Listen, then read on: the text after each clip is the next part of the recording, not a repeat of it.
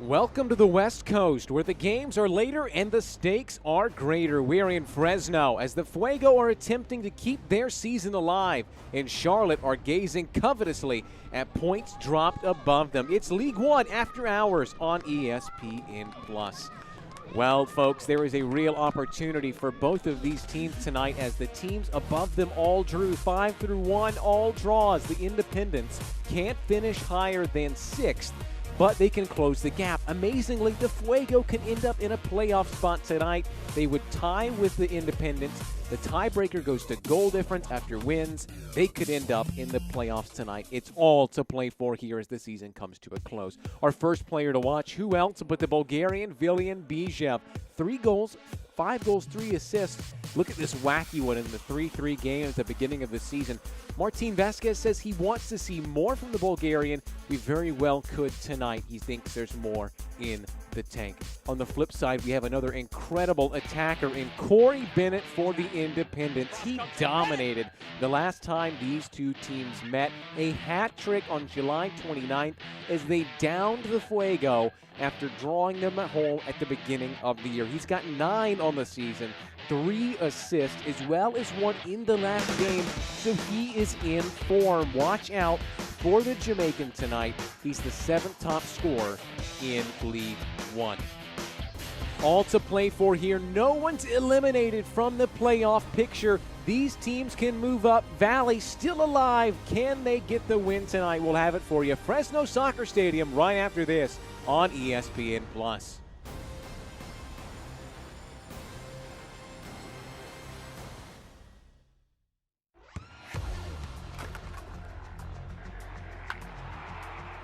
We all have goals. But let's be honest, most of us aren't going to be professional athletes. But if your goal is to finish your degree, we can help. Come to a university that puts your goals first. Bellevue University, your partner in finishing goals.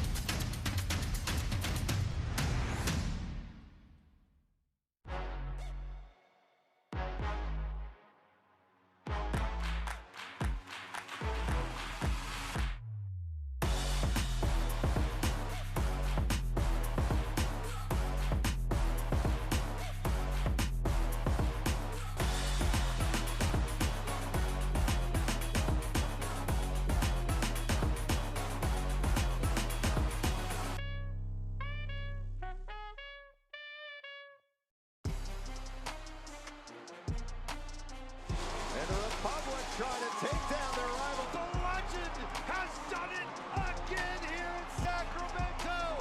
He's turned the whole game around. It's a goal for Orange County SC and their first of the season. And that's full time. The old guard with a new trophy. Orange County wins the USL Championship final. Welcome back to Fresno Soccer Stadium. We are just moments away here as a battle towards the bottom of the table could see big movement in the standings. These two teams have had some incredible games this year so far. 10 goals in the 2 appearances and this wacky one at the start of the year. Charlotte have not lost and the Fuego have never led in these games. In the 3-3 shootout at the beginning of the season, Charlotte scored and Fuego responded, but they never led. So still no wins for Fuego in the series, but if the previous games have told us anything, they're going to be wild and they're going to be filled with goals, which if you ask me is all I could ever want from a series.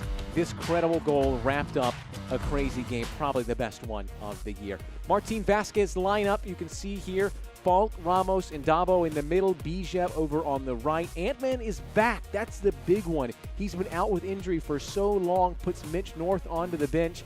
Villarreal up top. But Ant-Man the big boon for Fuego as they start this long stretch towards the end of the year. Zendejas in goal, 2 big names back as well in the middle. Quinn McNeil back from Charlotte FC. Oberton back from injury. That's going to be a boon to them as well because they're players that they've had to manage without, and they've suffered because of it.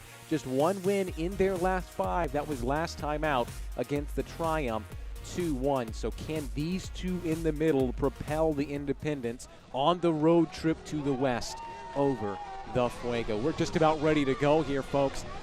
It has been a year of interest for Central Valley. They're an expansion team making their first appearance in League One.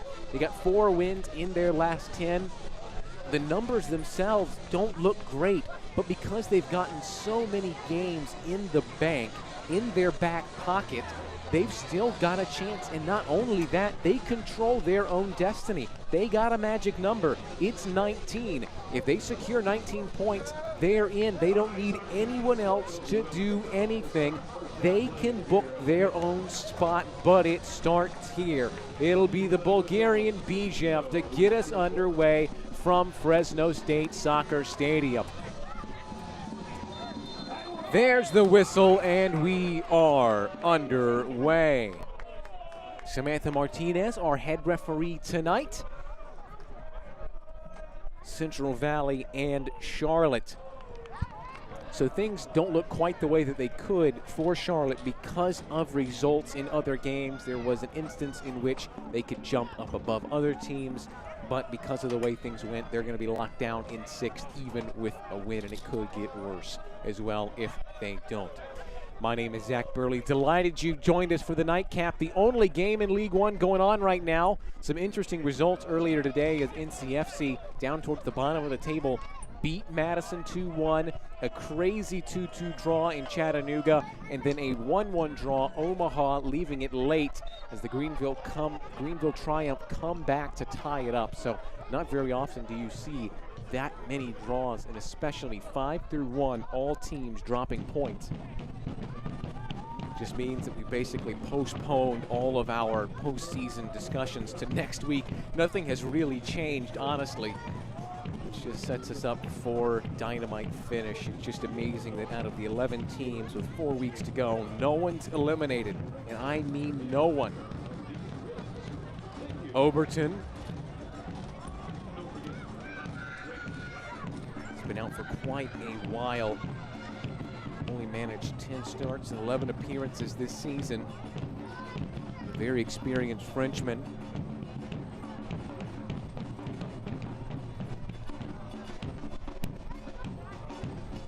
Have him back in the same game that you have Quinn McNeil back as well. Really is something. First year in the league for the Fuego because they're an expansion side, but for the Independents, it's their first year in the league because they're moving from the championship. I asked their head coach, Mike Jeffries, what did he think about the move? Was it what he expected it to be?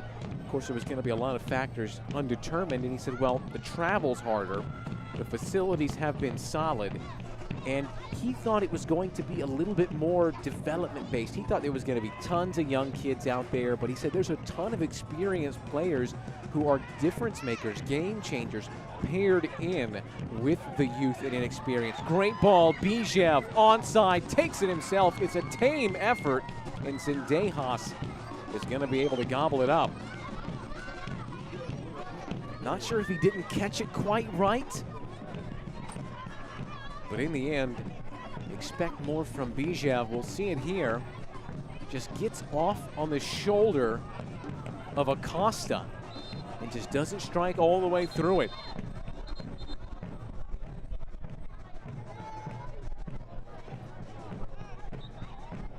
So it's been a learning lesson for both coaches who are going through new experiences.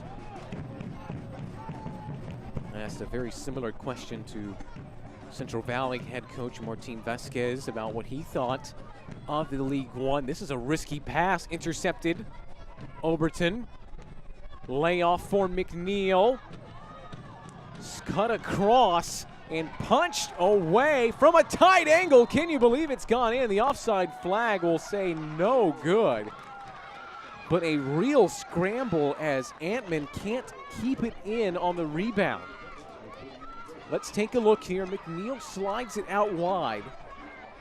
And the centered ball is a good one. It just can't be grabbed by Antman. And they thought they had notched the opening goal. Mbuyu, but offside flag will take it away. But Martin Vasquez said that he had kind of had experience with a situation like this. He was a player and then an assistant and then a head coach with Chivas USA. Played with the team in their expansion year and then later joined the coaching staff as well. So he said he's been around environments like this before.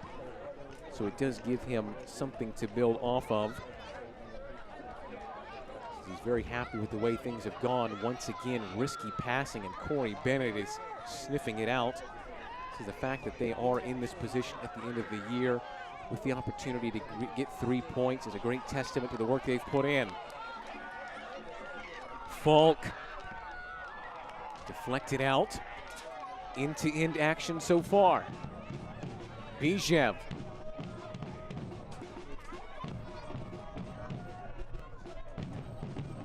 Big switch of play, just a hair too much on it.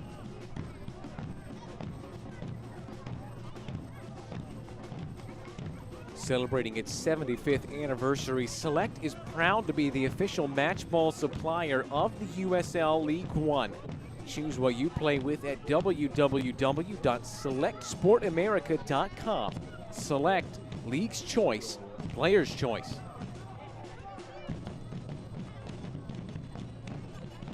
Just one clean sheet at home this season for the Fuego. That was in a 0-0 against FC Tucson.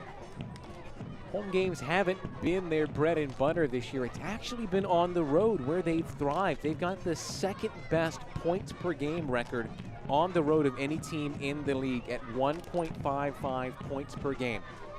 Only team better is Tormenta, who have a 1.77.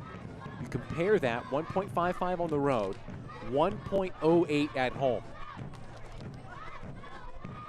It's kind of a funny pickle they've gotten themselves in as well, because this is actually their fourth straight game at home, 4 of 5. They were supposed to play on the road against NCFC in Cary, but that game was postponed, so that means that there was going to be 3 home, 1 away, 2 home.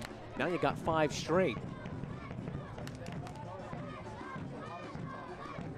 Of course, the flip side of that is that 3 of the next 4 are going to be away. So it actually kind of sits up nicely for them.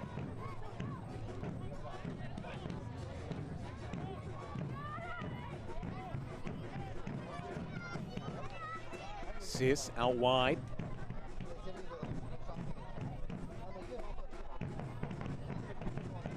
Good interception. Ball through the lines. Offside flag stays down. Centered ball. Bijev, what a stop.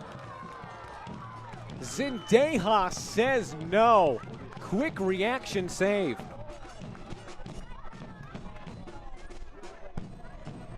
Bijev on the centered ball just catches it so sweetly. Even gets it up at a nice angle as well, but in the end it's straight at Zendejas.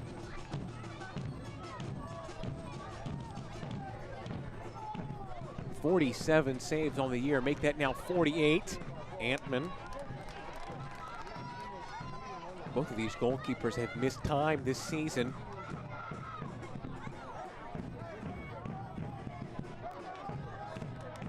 Ozzy Ramos.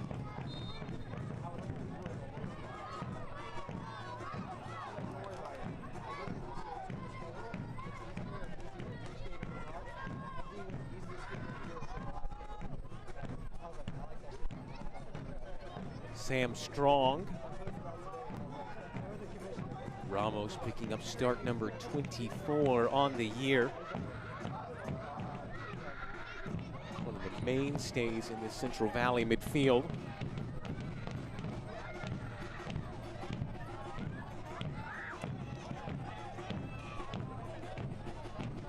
Dabo, good ball inside. That one's going to be wide.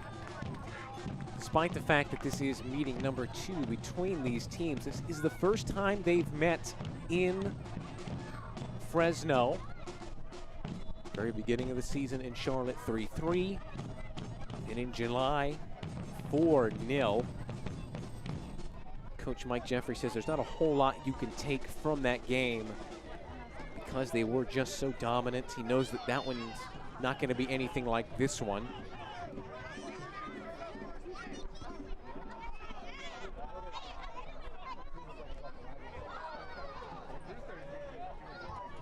McNeil is possessed by Dabo.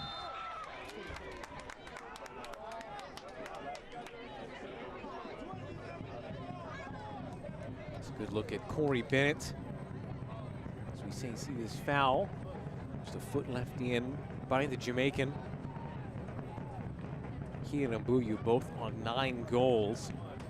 One of the top scoring partnerships in League One.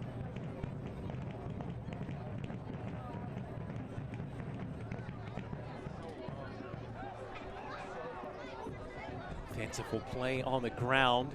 Deleuze, Francois Deleuze, another player that has missed some time this season.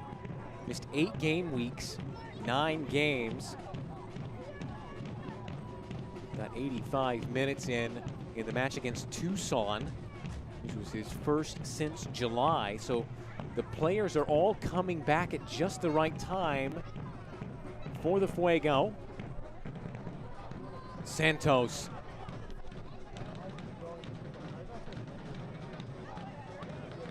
Quinn McNeil.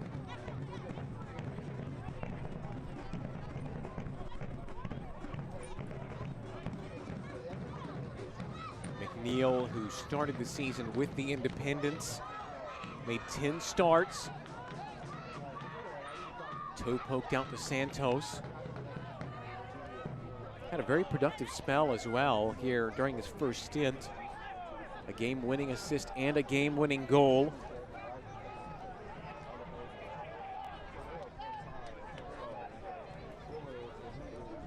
Clay Dimmick.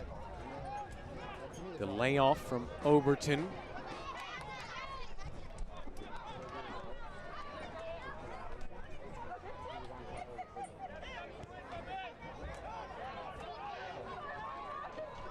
Heggard is struggling a little bit with the shoulder.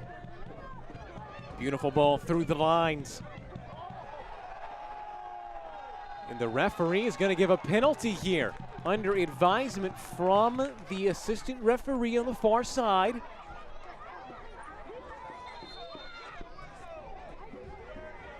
Dimmick is pleading his case here. No, it's going to be a free kick. Immediately, there was appeals both ways. One that it should be a penalty, the other that it shouldn't be a foul at all.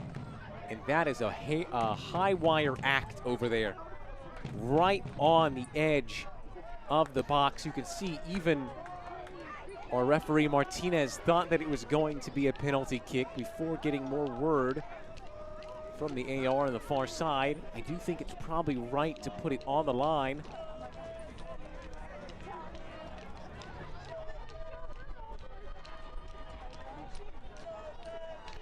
So our first real set piece opportunity for either side.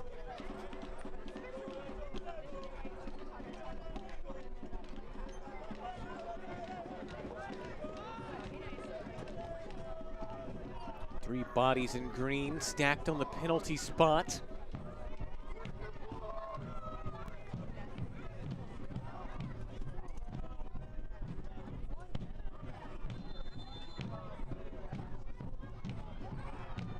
There's the option to play it short, drives it to the front stick.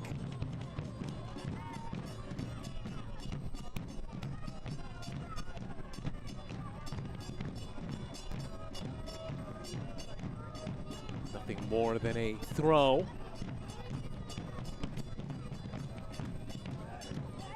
We were evaluating those earlier meetings between the two sides Ask Martin Vasquez about them. He says, well, I haven't forgotten the first game.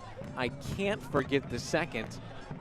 He thought in that 4-0 loss, that was the worst 50 minutes stint of a game that they've played all year long. So they got to defend collectively this time around.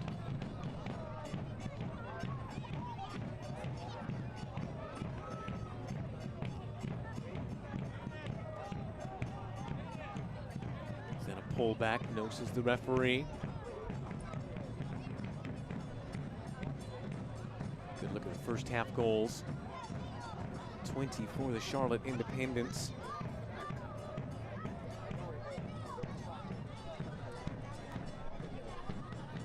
The third most goals scored of any team in the league at 37.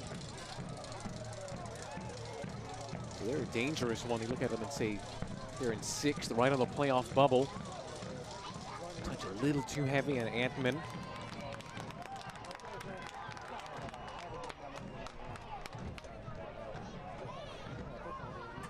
The big problem is defensively.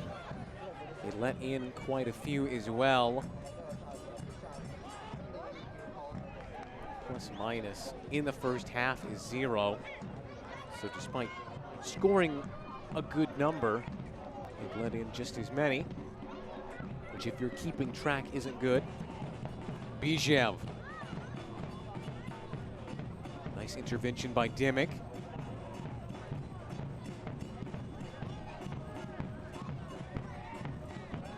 Very long break for Central Valley. 17 days since they last played. Once again, we said it earlier, because of that postponed game versus NCFC.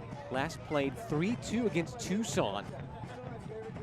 They were down 2-0 after 25 minutes. Cut it back to 2-1 at halftime. Tucson then winning, got a red card right before the halftime whistle. And they eventually won it late on, off of a Falk goal from a corner kick delivered by Hornsby. Their first time coming from behind to win. You can see the ticker in the top right corner catching you back up with what we've seen so far. Madison dropping points, all 3 of them to NCFC. Greenville picking up points late against Omaha despite being stymied a man down.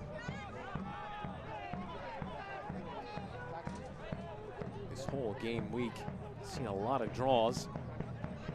Just put the table on ice.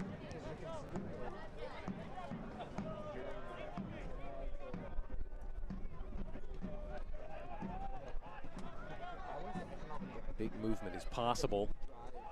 This Fuego team, who has spent a lot of time outside the playoff picture. You wouldn't blame them either as an expansion team. It's just kind of the stereotype that goes with the territory.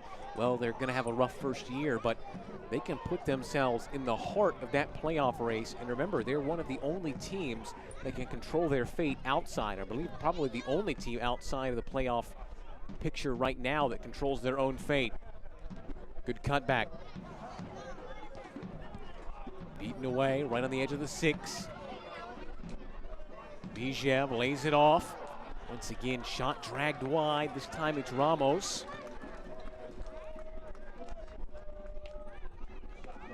Ozzy Ramos, game-winning assist in the 92nd minute. And a late one against Northern Colorado, just drags this one wide. He's the only player to start all 24.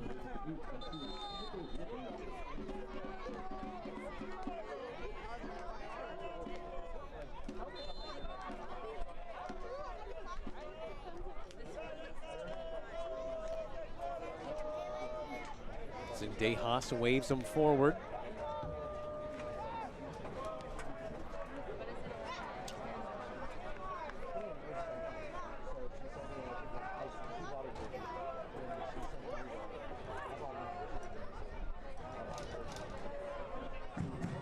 Another game that they'll have their eyes on. We talk about all these draws. Will be the game at the midweek, Northern Colorado and Omaha. Charlotte, because if the points are dropped there, as you see this foul. challenge coming in from Mbuyu. So the Hailstorm are just 1 point behind the Independents. So they're both probably pulling for Omaha in that situation. I don't think either are looking for a bye. So they're okay with Omaha picking up the win in that one. Fuego have their work cut out for them by Madison not picking up points. The peek over their shoulders a little bit at NCFC. They now are on 29 points, and the Fuego's 30 coming into this one.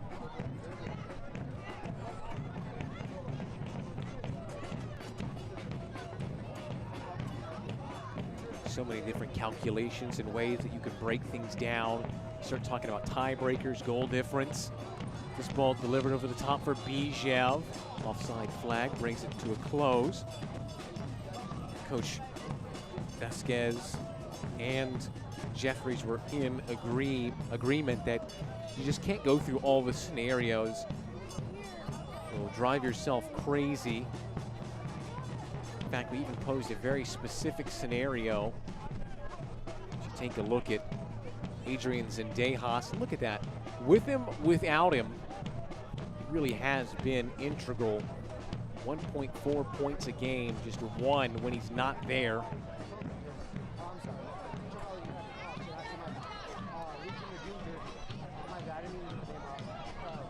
More than double the amount of goals conceded when he's not in goal. So both of these teams glad to have their starters back. Mitch North was coming in to fill in for the injured Ofek Antman.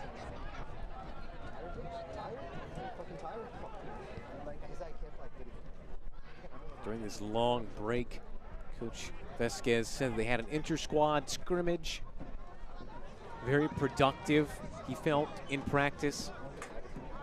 So there won't be another time the rest of this season to get this much preparation in. So they worked on everything. So everyone's back healthy. It's just the right time for a break like this, and they needed it because it's going to be a long stretch. Still a bunch of games to go before they even get out of the month of September.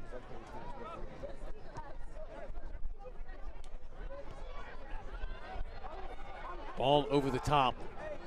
Sent away by Acosta. It was Falk running onto the end of it.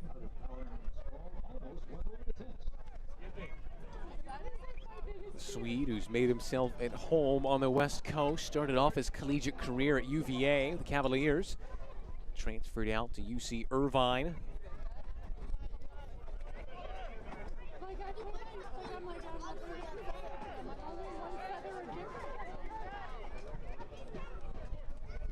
Ramos, back stick.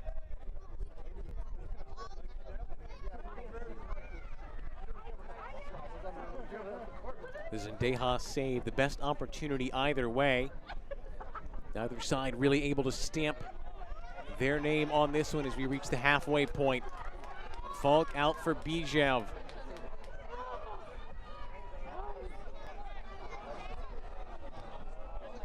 Tried to recover that one in the end, gives away the foul.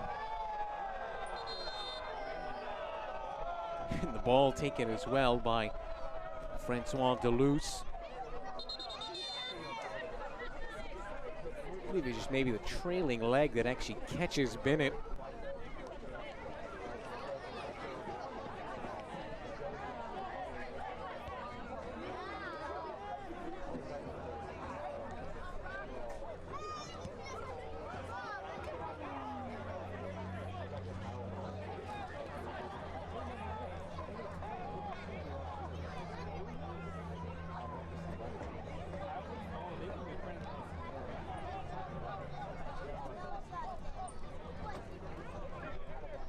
Zendejas.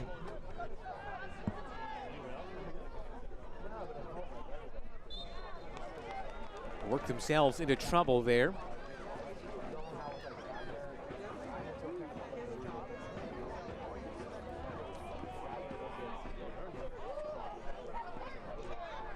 Referee says no foul. Dabo.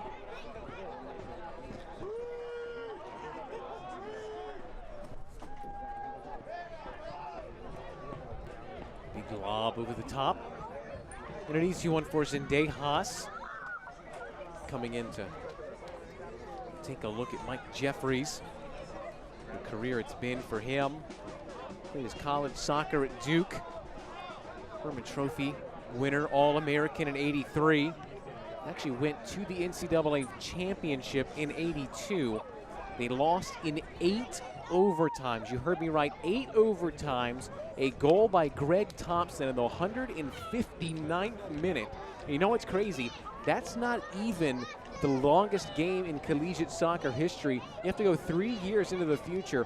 1985. It was the final then as well. 166 minutes and 7 seconds was the length of that one. The very next season, the NCAA changed the rules to limit the amount of overtimes. So in 3 seasons, they had 2 finals go to 8 overtimes. Remarkable stuff. Another very storied career as well for Martin Vasquez. Played his college soccer at Cal State, Los Angeles. Moved to the United States at 12. Played pro in Mexico, Puebla, Veracruz, Atlas. Then on to the MLS with Tampa Bay, San Jose Clash. The most interesting thing, though, is the fact that he's played. He was the very first person to ever do it, and he's the 3rd ever all-time to play internationally for both Mexico and the United States. Incredible stuff. First person to ever do it. Then started his coaching career with the LA Galaxy, moved on to Chivas. Then went all the way out to Bayern Munich, joined Jurgen Klinsmann in the Bundesliga.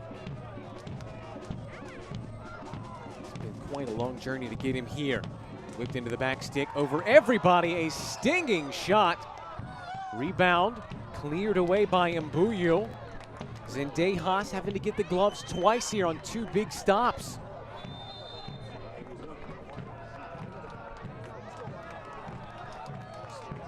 So close. Ratcheted this one up from distance. Hit it on the half volley. Incredible technique. Daye there just catching it so sweetly.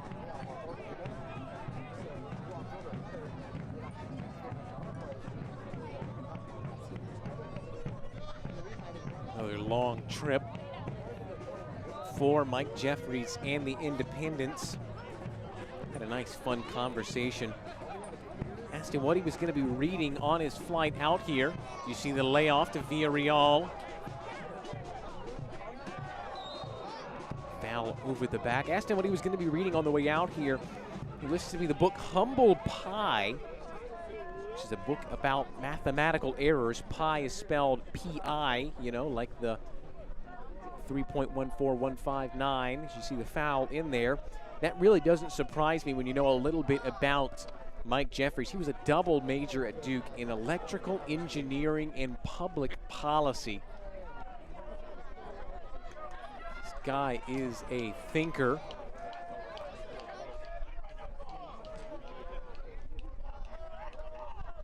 He himself appeared for the United States as well. 3 caps, 2 against Canada. Also had a long run in MLS. Joined Bob Bradley with the Fire in their expansion year when they had that amazing MLS Cup victory, as well as the U.S. Open Cup double. He was there for the 2000 Open Cup win as well. Moved on to be the head coach of the Dallas Burn before joining the Independents as their first head coach back in 2014. Here's Mbuyu. Bennett in the middle. Great defensive work. Nathan Smith keeping him honest.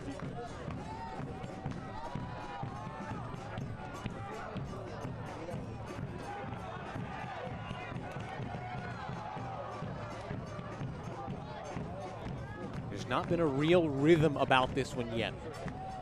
Neither team has really been able to stamp their name on this one. And both shots that we saw were rather chaotic. More out of circumstance than out of build. As Acosta's forced to send this one out for a corner.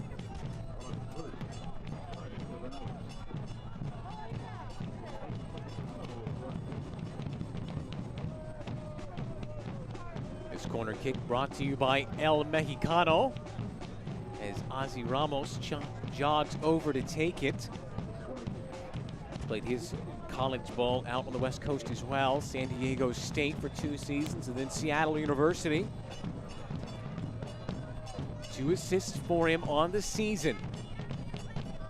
Gonna be a left-footed in-swinger. Lofted in, lots of air. Dye sends this one well over.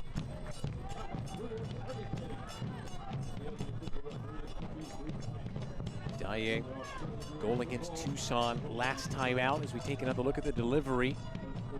It's where you want it. Just put it up in the air where you can give your players a chance to fight for it. Dye just doesn't catch it as sweetly as that last opportunity he had.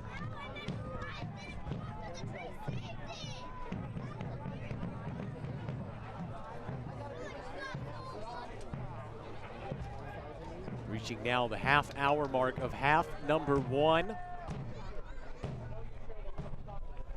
Last match of League One for this night and for the game week. Foul called.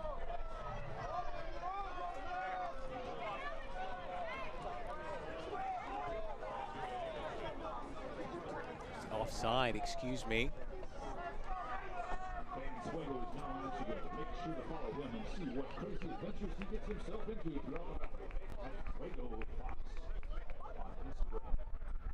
Been such a long time since Fresno played. The flick on for Bennett. Offside up on him as well. He asked him what they were doing during the time. So they watched these last couple of games, Central Valley, and they've seen their identity in them, especially that win against Fresno. Pressing high, winning the ball high. They're seeing it all come together, and it really seems like for this club that it's culminating at just the right time. We welcome you into Fresno State Soccer Stadium. I'm Zach Burley, late here on the West Coast. For those of you in Mecklenburg County, watching this one from the Queen City. Central Valley can jump above the playoff line because they're playing the team occupying the last spot in, Charlotte in 6th. The tiebreakers go down as wins overall, then goal difference. They would be tied on wins. Goal difference would have to be broken. Right now they're both at -5, but obviously to win you got to score. So they would take the lead in that statistic as Oberton is fouled.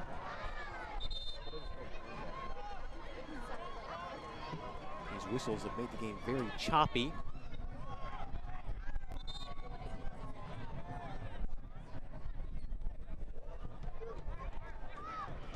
So McNeil and Santos stand over it.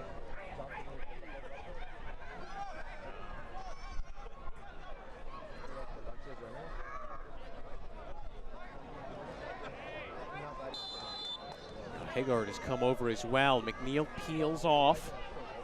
Maybe something from the training ground here.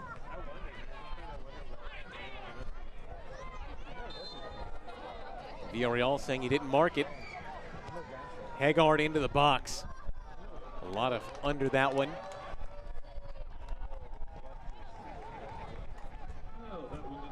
Corey Bennett. He had just 1 goal and 1 assist in the first half of the season. He's exploded here in the second half. 7 goals, 3 assists in the second half.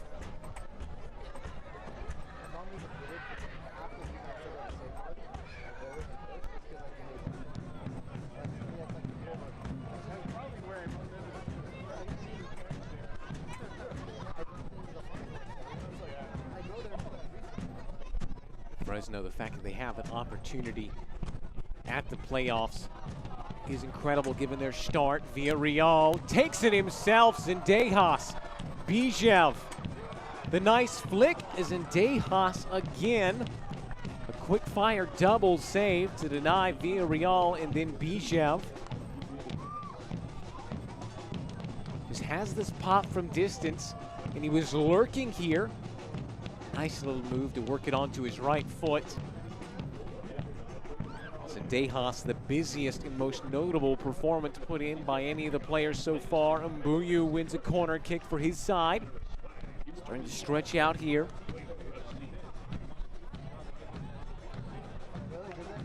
Hagar jogs across to take it.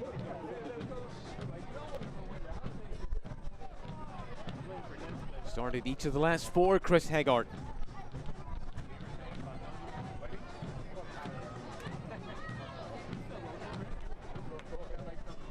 Right-footed in-swinger. There straight to Ofek Ankman.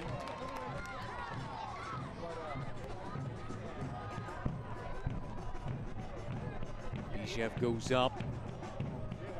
Kept off of it by Omar Sis. Lobbing this one over. Thumping header over the back of Bennett.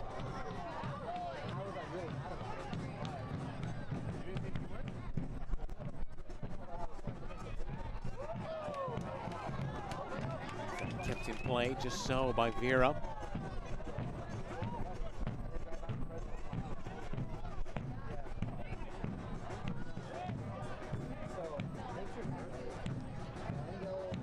Haggard squeezed out.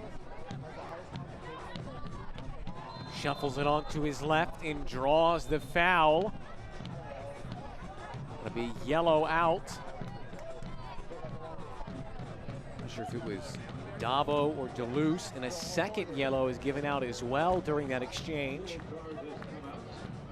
Nathan Smith. So we'll take a look at it here, and it is Deleuze who fouls Haggard, 13 versus 13.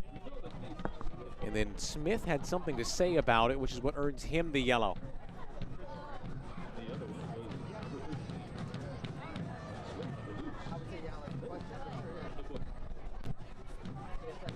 Martinez walks out the 10 yards. Puts down a misting of the vanishing spray. Extra vanishing. So Overton and Haggard stand over on the left, Santos on the right.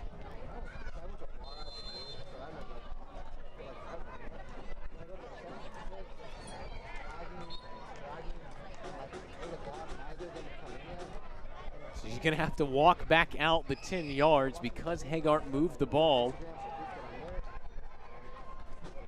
Because they felt that it wasn't a full 10.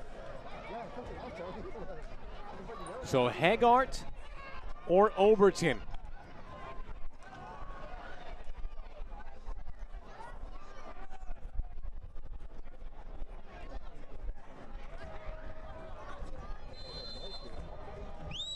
Overton leaves it. Haggard off the wall. Dye there to it. Big congratulations from Ramos. And just a corner kick conceded. It was a good looking ball. Had the whip, had the dip, even got the curl as well. Skews behind for a corner kick as that header is sent in. Ball whipped in and finished off. Overton, who's been without this lineup, slots back in and gives the away side the lead. The Frenchman is a real presence inside the box. And he's gotten right back into things after a long period out. Let's take a look here. So it's taken short, quick restart. Overton lofts it in, and it will go down as an own goal rather than an Overton goal. We'll get confirmation on exactly who it is. I think it was Ramos, but it might have been someone else. So an unfortunate way to go down for the Fuego.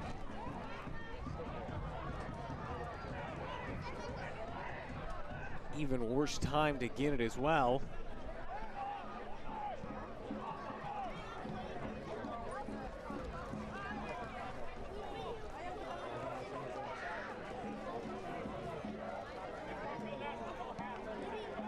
Would have really liked to, if you weren't going to score, at least coast this out to halftime, take some break to sort things out, make some adjustments and move on.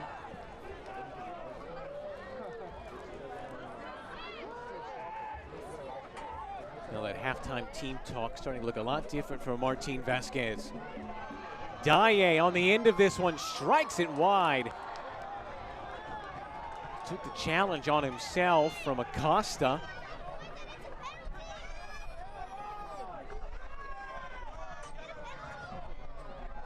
We'll have to take a look at that one because there was a challenge left in on him by Acosta. Helped back up to his feet by Sis. That's 3 chances now from in and around the 18-yard box for Dye.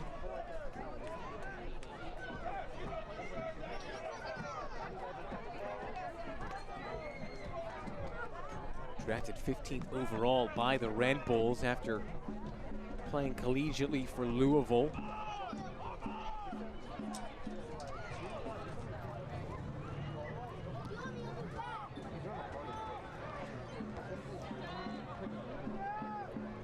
Now to the 40th minute. It's cleared away from danger by Tall Boys.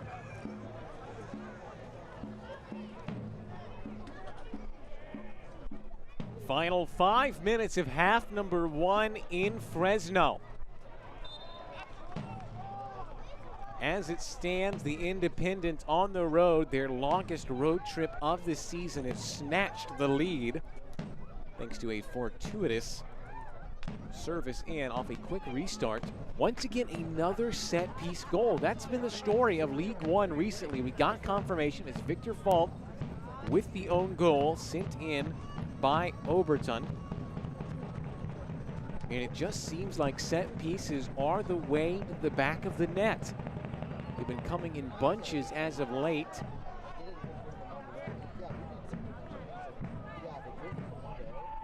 Coach Martin Vasquez was telling us that you gotta just spend full days working on set pieces. He pointed to the 2006 World Cup. Something like 60% of the goals were scored from set pieces. So it's a crucial part of the game. Too much on that one from McNeil.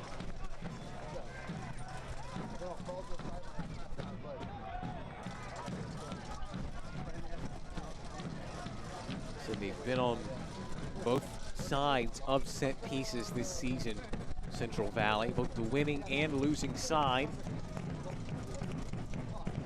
Soccer can be a cruel mistress.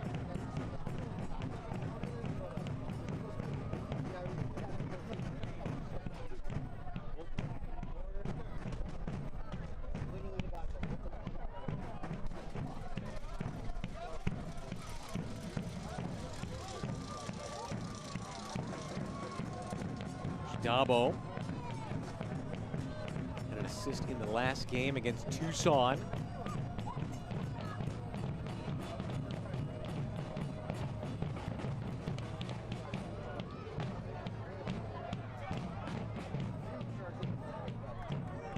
Lovely ball through the lines. It's a foot race.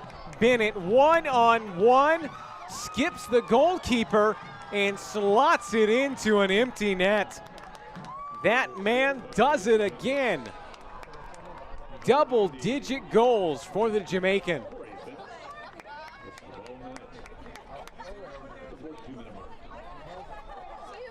It has been such a fruitful second half of the year for Corey Bennett. The man who just can't stop scoring.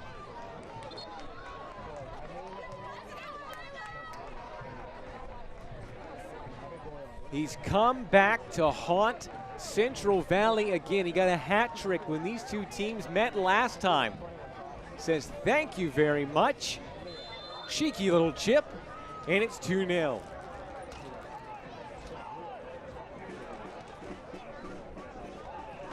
Double digits now for the 24-year-old.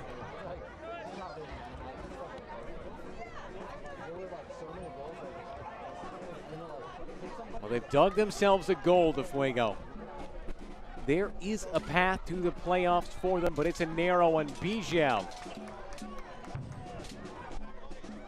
A narrow path in one fraught with dangers.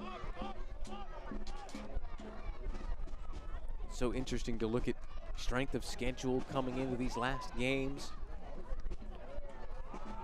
remaining matches. They've got so many of them, and a lot of difficult ones on the road as well.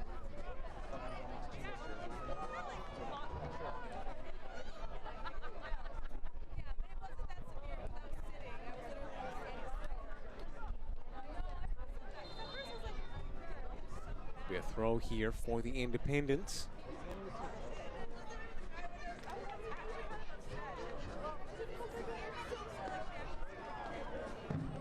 Clay Dimmick.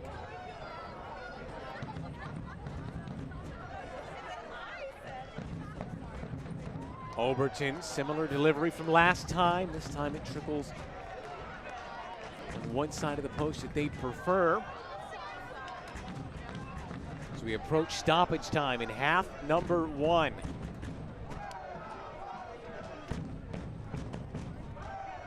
We'll have an extra minute.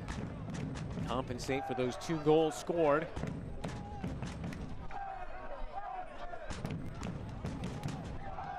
We'll bump it up an extra 60.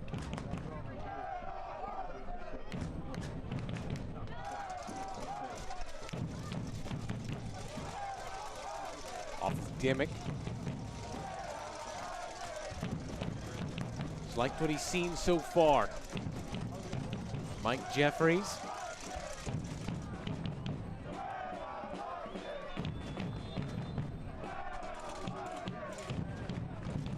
I believe that's Dimmick down behind the ball.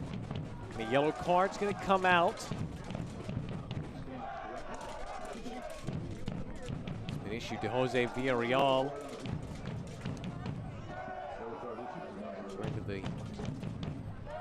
Well into the first minute of added time.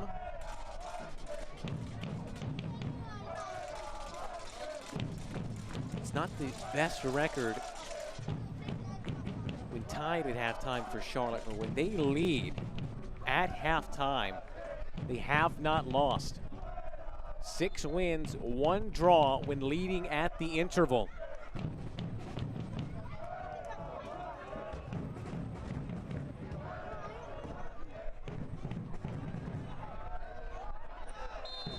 Bennett fouled. Try to take it quickly. That's nipped in the bud by our head referee, Martinez.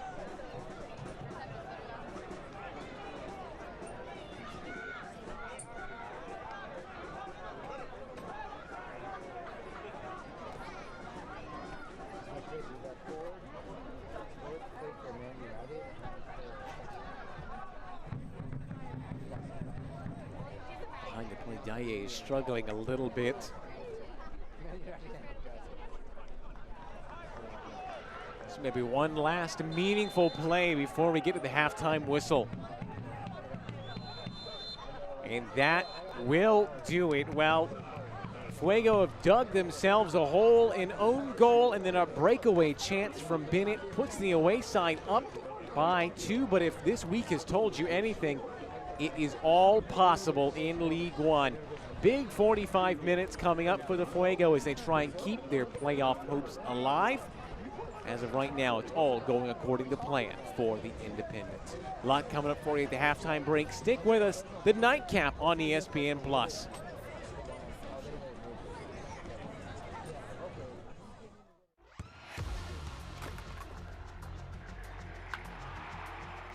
We all have goals. But let's be honest, most of us aren't going to be professional athletes. But if your goal is to finish your degree, we can help. Come to a university that puts your goals first. Bellevue University, your partner in finishing goals.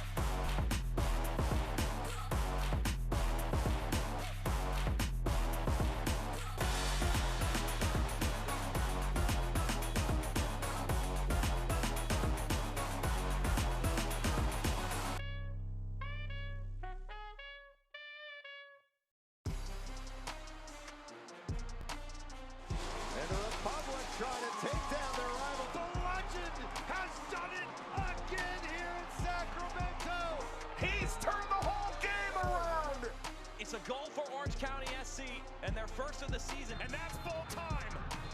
The old guard with a new trophy. Orange County wins the USL Championship final. It's halftime in Fresno, California as the Fuego take on the Charlotte Independents at Fresno State Soccer Stadium. We are the last match of Week 25 with 4 weeks to go. Ryan Rose has a way too early playoff picture look. Let's take a peek. It is our way too early look at the race for the playoffs. The League One final and the race to the playoffs will be sponsored by Hisense. Oh, there's so many matches left. We've got 4 weeks to go after everything concludes tonight. So we look at the top 4. These are the teams fighting for those top 2 spots, get a bye, and they get a rest, and they get to watch the other teams battle it out. Richmond and Omaha have the 2 spots right now. Richmond's the one we're going to look at.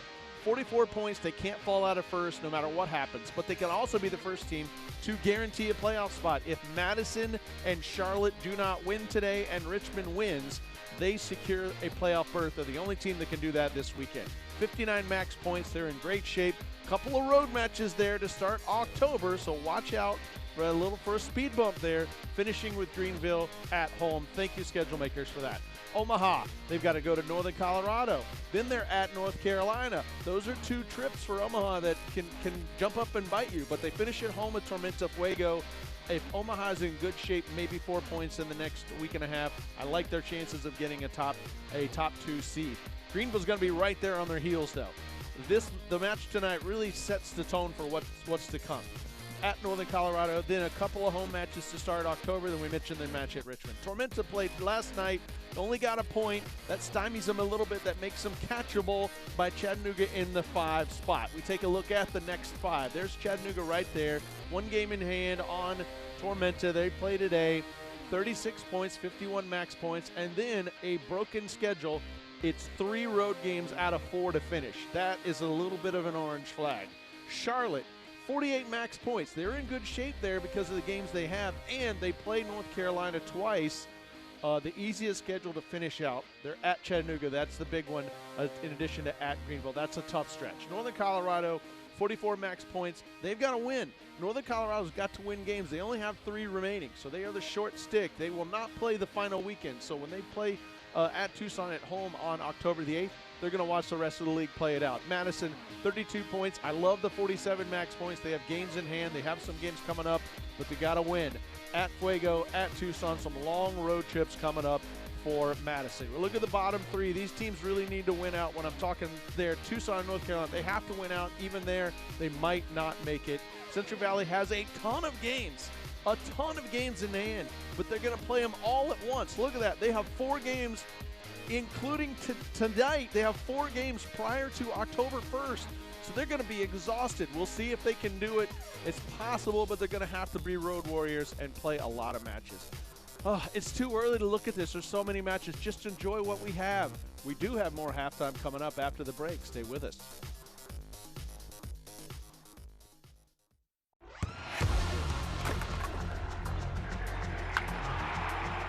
We all have goals. But let's be honest. Most of us aren't going to be professional athletes. But if your goal is to finish your degree, we can help. Come to a university that puts your goals first.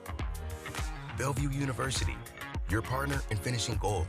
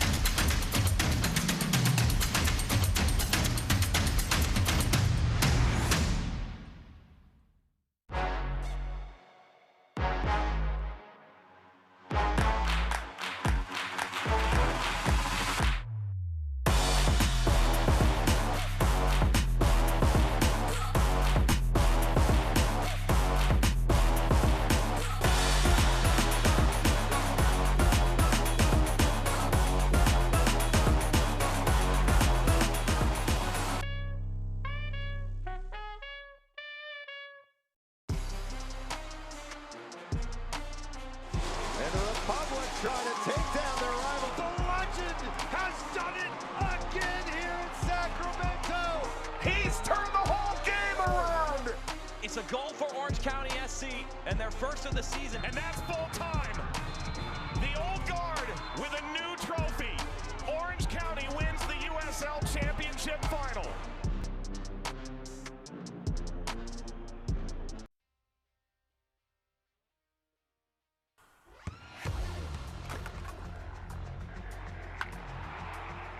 We all have goals. But let's be honest. Most of us aren't going to be professional athletes. But if your goal is to finish your degree, we can help. Come to a university that puts your goals first. Bellevue University, your partner in finishing goals.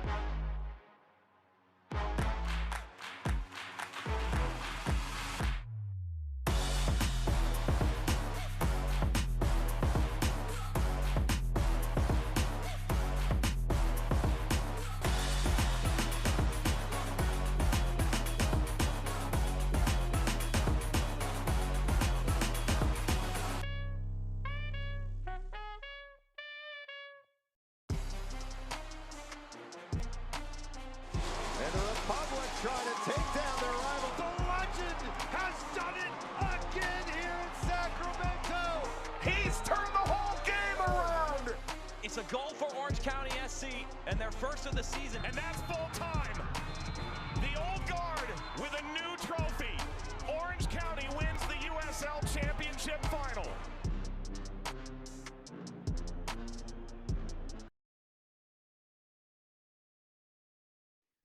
Noche Hispania here at Fresno State Soccer Stadium as we kick off Hispanic Heritage Month. They had a electric guitarist come out and perform the national anthem before the game. And they also had the local Mexican consulate come out as well to perform a traditional grito. It's some great stuff to see all across the league. We'll take a look now at our highlights from the first half. So things did not go to plan early on. It was a lot of early saves from both keepers. First off, Antman had to make a few. He would have the worst of things as we move on. Really, though, the most tested goalkeeper was Zendejas. One after another, they came early, they came fast. A lot of quick reaction saves. A lot of them were hit at him, to be fair. They had their opportunities, Fuego, but they just couldn't manage to put them in areas where it wasn't, in the end, fairly routine for Zendejas. Still very impressive from the goalkeeper to make these stops, especially this one here through traffic where a deflection could take it anywhere. So here's how goal number one happened. It will be an own goal. So difficult for Falk because he's jumping to his absolute maximum just to try and head it over, get it anywhere but where he put it. So unfortunate. I mean, he only just grazed it. I wonder if the goalkeeper would have gotten there had he not touched it. But that's how we get goal number one. It does go down as an own goal as Oberton comes back into the lineup and has an instant impact. It didn't get any better for them as that man, Corey Bennett, he loves a goal against the Fresno Fuego, doesn't he? Central Valley going down 2-0 in the first half. Just such a well-taken finish. Dips around the goalkeeper. Little scoop. Well executed from front to back. 13 shots once again. The home team out shooting but is down. Possession way skewed towards one side. So we'll get set for second half action here on Noche Hispania as the away side leads by 2-0. All to play for as the Fuego trying to keep their postseason hopes alive. Early one here, Villarreal on his left, off of Acosta.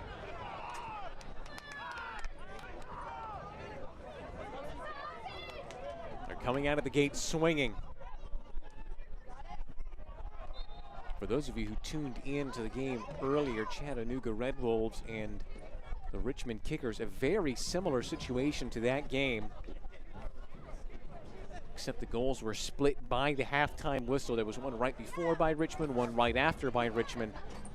And at that point, the air was out of the game. Things just seemed like routine. The away side just going to get away.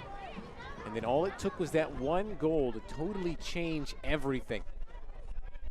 So many times as a fan, it's easy to look at the score and say, well, they're down by 2. But as a player and as a coach, you look at it as not the score that you have to meet, but just by getting the first goal. So many times, that's the most important part. Getting 1 will lead to 2, which might lead to 3.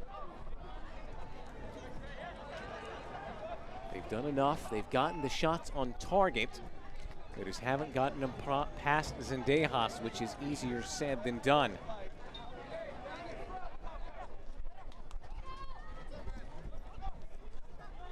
Ramos.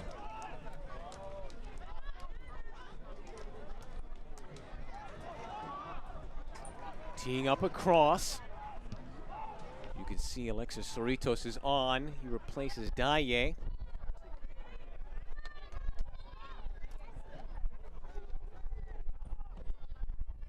Making his 13th appearance, the El Salvadorian.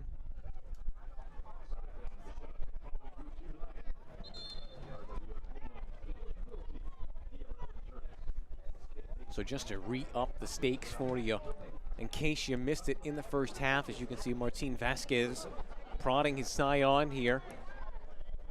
Charlotte can't move up any positions with a win. They will still be locked in 6th, but every single team above them dropped points this week. So that means they would close the gap to just a single point to 4th. Tormenta on 37 ahead of them. Chattanooga on 37 as well. It would be just a 4-point gap to one of those top 3 spots. So in the end, tonight's victory would not put them any higher than they already are, but it would set them up for success in the next match. The Fuego, on the other hand, currently sitting in 9th, could jump up all the way to 6th. So these 3 points are a crucial one for them. Told you about this in the first half. Charlotte have not lost when leading at halftime. And just the opposite for the Fuego. They have done it.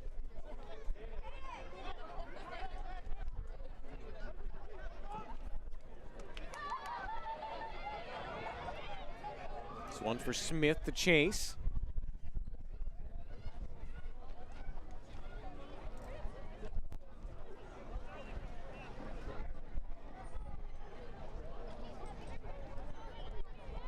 See only one time that they have come back from behind to win a game. That was actually in the last game against Tucson. Down 2-0 after 25. They're down 2-0 after 40-ish in this one, so a similar situation. The only difference is they had the help of a red card issued to Tucson in the first half to get them back into the game. They're going to have to manufacture their own opportunities here, unless we have some intervention from our refereeing crew.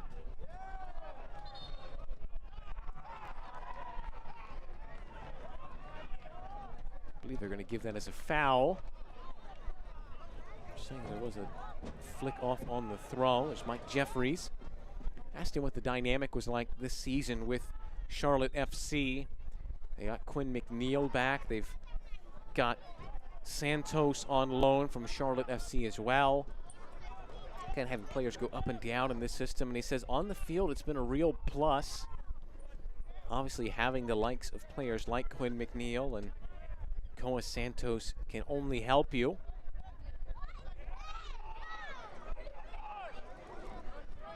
Just another box to tick on his long repertoire as a head coach. A new and unique situation, joining the league in their first season since coming down from the championship. Smith Gets the return ball, just got sandwiched out there. Zendejas, great timing off his line.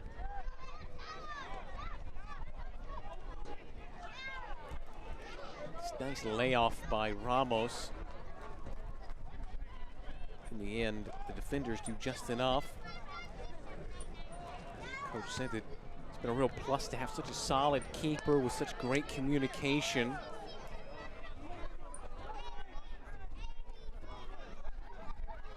Interesting work by Antman.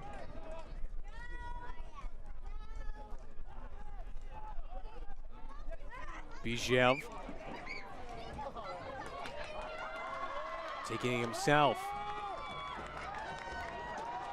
Whiffed on it, Villarreal. Bijev.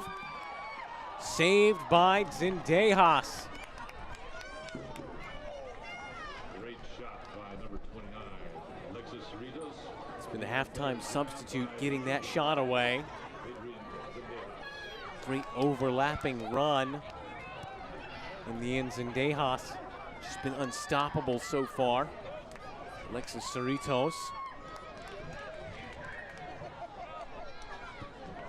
Taken away from Villarreal.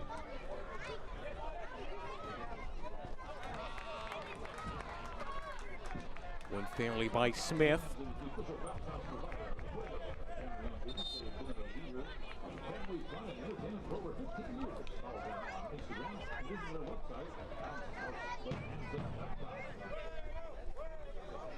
Charlotte FC come into this season in League One, their first off the back of their best ever season in the championship last year. The league was divided up into divisions as well as conferences, and they finished second in the Atlantic, which is good enough for third overall in the East. Also got their first ever playoff victory. That was a 3-1 win over Memphis 901. So they're really building in the right direction. The head coach who's been at the helm for almost the entirety of the project. Bijev.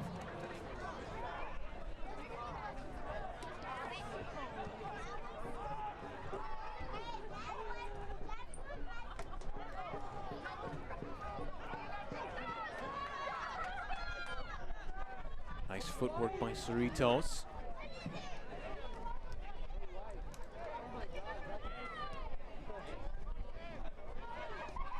Now Smith.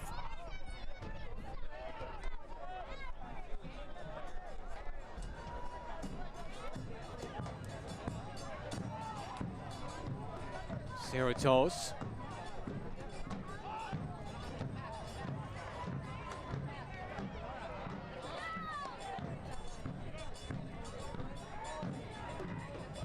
Acosta under pressure.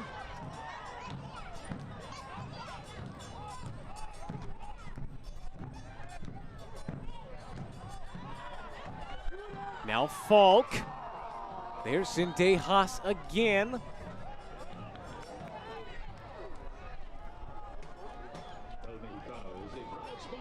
Man who scored the own goal in the first half.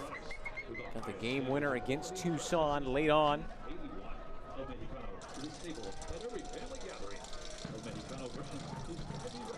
Ended up coming back off of his own legs as well. So unfortunate for the Swede. She got into the Week 17 Team of the Week as Player of the Week for 2 goals and a game-winning assist against Richmond. Over the top for Bennett. Flag stays down. Corey Bennett slots it into the back of the net. The offside flag will stay down, and it's a double. He just loves a goal against the Fuego. Namaste for Corey Bennett and the Charlotte Independents, who look far and away in this one.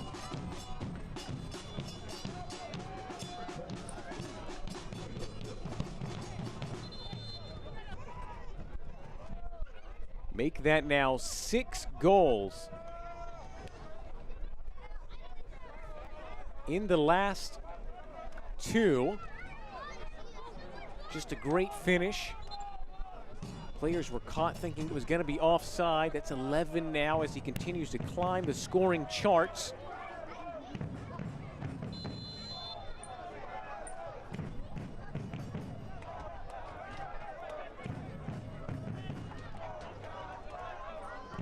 is further down there.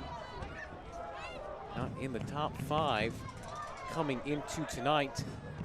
11, though, will have him tied for 3rd with the likes of Juan Galindrez.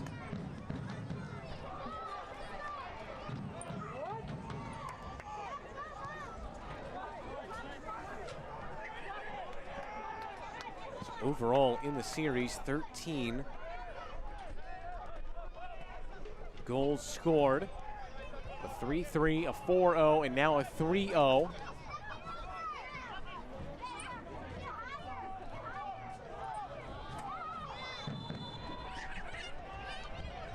Very good start for Central Valley to their campaign. They only lost 2 of their first 10.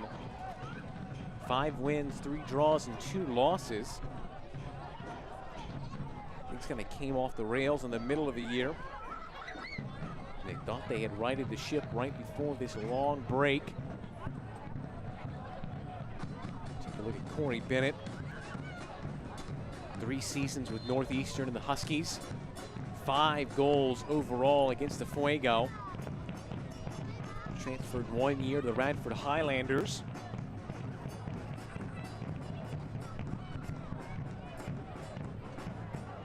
She got player of the week for that hat trick and 4-0 win against the Fuego. It's a lot to think about for Martin Vasquez.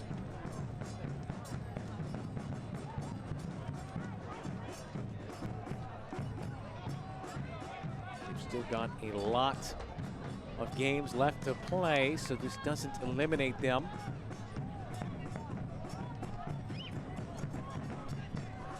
Just makes the gap a little bit wider.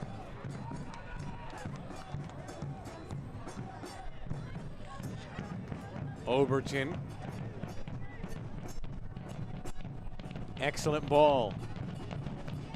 Bennett.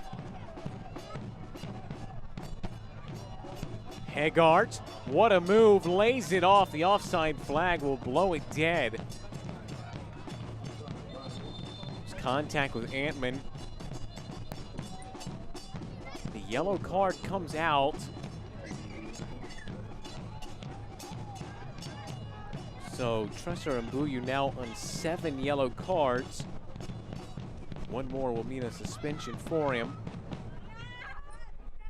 I do think he's unfortunate to get that one.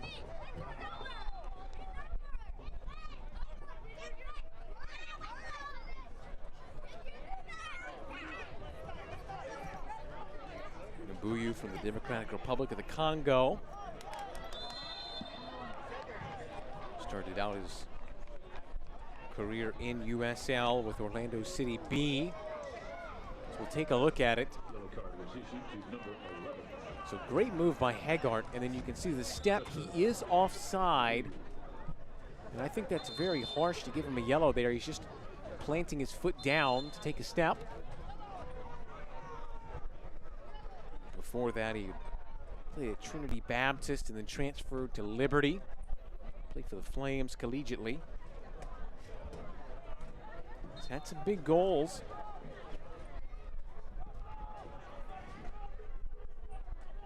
Had an incredible month of April. 3 goals and an assist plus a red card. Earned him player of the month.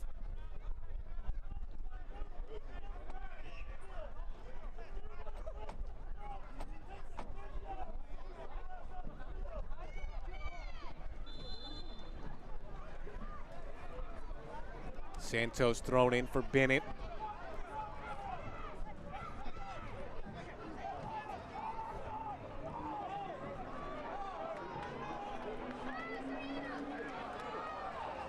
Cerritos.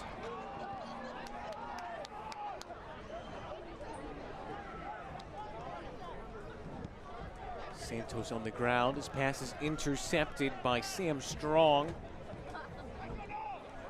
Guy's on loan for Monterey Bay. He's going to stay up for this one. Strong. Scuffle on the edge of the 18. Just a half hour remains here at Fresno State Soccer Stadium.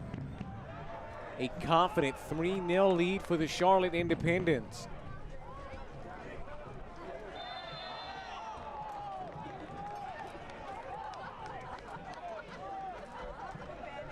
Oberton fouled. Take a look at it. Just trying to get away from a bunch of Central Valley players. Just about as traveled as any player you'll ever meet. Spent time in Turkey, Bulgaria, Russia, England with Wigan, Newcastle United, Manchester United as well, where he won the Premier League in 2011, the League Cup in 2010. What's remarkable is he actually made his pro debut September 30th, 2006. Flag stays down.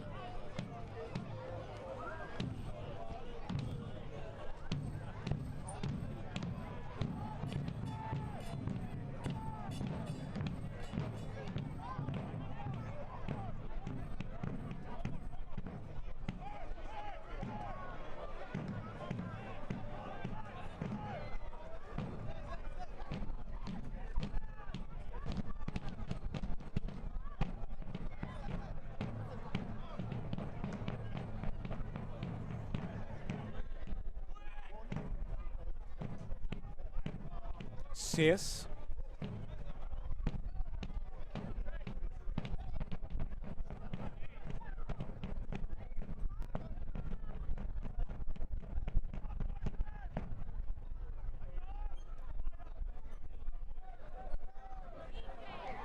Now into the final half hour. Might just the Independents be out of touching distance. Nice recovery by Villarreal. Bijev all the way through to Zendejas. Another guy who's seen a lot, been to a lot of places. He's on loan at El Paso last year. Actually on loan from Charlotte FC this year.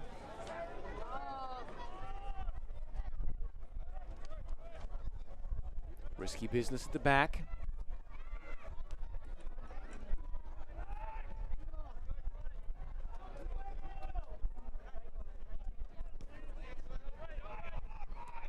Dabo. Smith.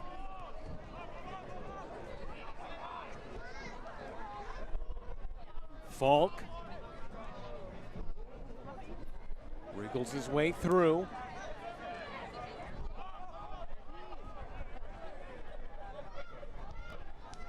Just shifting one side to the next. Let's take this one up way over. You saw those halftime statistics. You can see the possession stats as well. Actually got the second highest average possession in the league, as a yellow card is going to come out here for Zendejas.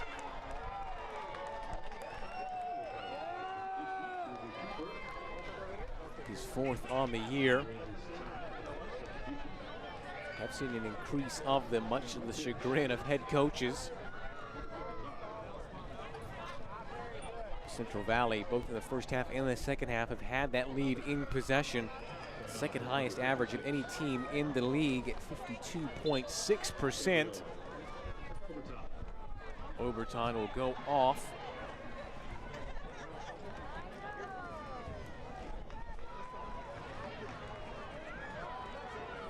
Be replaced by Ibrahim Conte. Substitution brought to you by Dos Equis. Ibrahim Conte.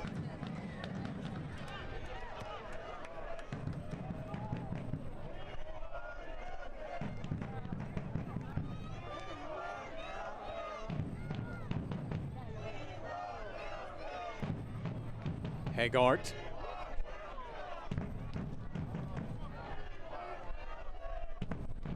Dimmick with the captain's armband as you take a look at some of the scores from this week. Big 2-2 draw after going a man down for Chattanooga. They claw their way back in. Madison dropping all 3 against NCFC 2-1. A late draw. Greenville were down to 9 men and were able to get it back to 1-1. And then a triumph in Tucson yesterday, last night. Very late goal there as well. So it's just been lots of goals, lots of late goals, and most importantly, lots of draws, which is a boon for the likes of Charlotte and would be for the Central Valley Fuego if they can get a result in this game. Villarreal brought down by Mbuyu.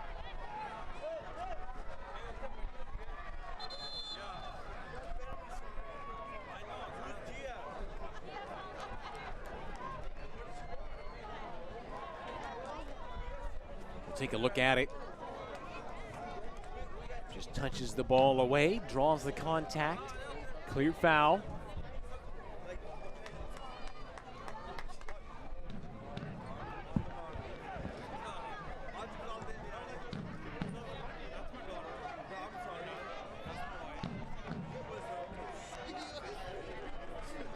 I'm hearing that we're going to have a line shift in the making for the Central Valley.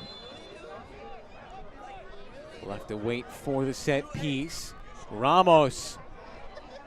Plenty of air under this one. Zendejas, it's into the side netting.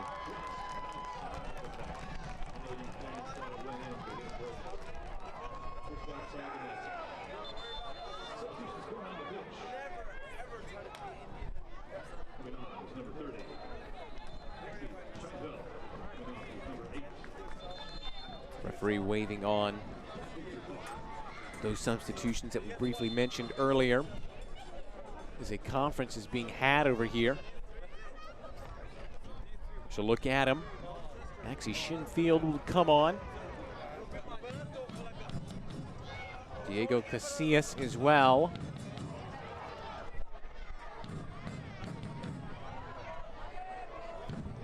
And Zaire Vasquez will be the final substitution during this spell.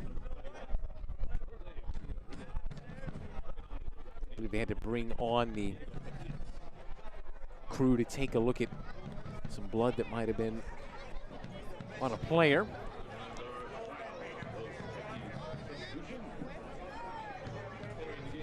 So these alterations, perhaps the key. We've seen just how important substitutions can be. They've transformed some games recently. Villarreal will come off.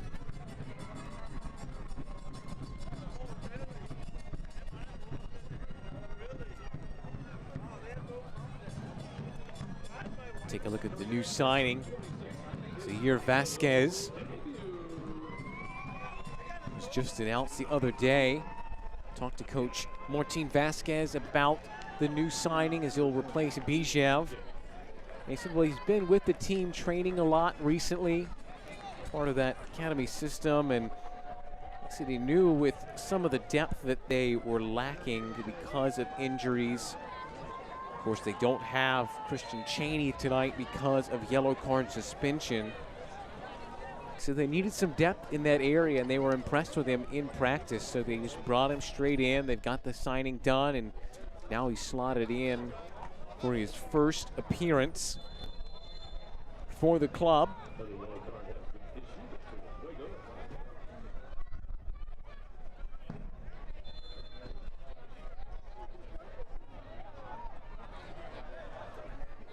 So yeah, no Cheney tonight. It's a big miss. 6 goals, 2 assists.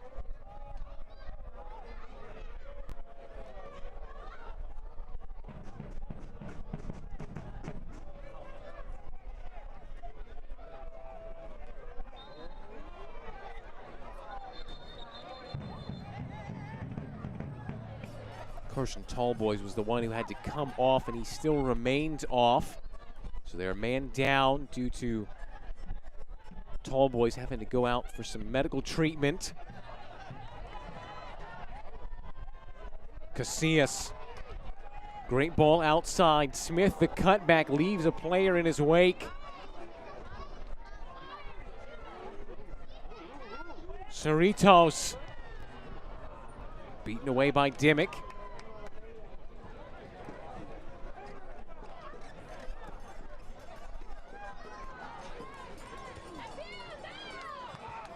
Got it out of play. You can see the intensity level has risen since this triple substitution. Some fresh legs in. A nice interception by Sis. Bennett. Great control. Very dangerous team, Charlotte. We've got two very, very good leading forwards. Can hurt you in a lot of different ways.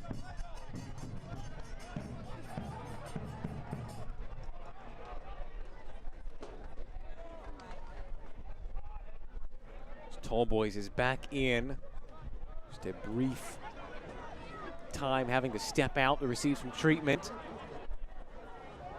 This will be the 4th clean sheet on the road for Charlotte this season. 2 of those were 0-0 draws. They had a 3-0 victory against Tormenta. It's a real feather in your cap.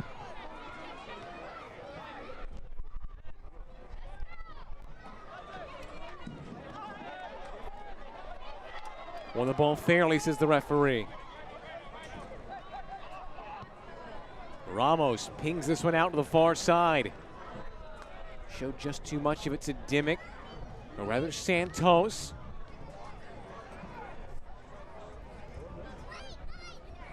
Great ball in, flicked up in the air. Zendejas collects with ease. You can see the bandage there, 2 Tall Boys.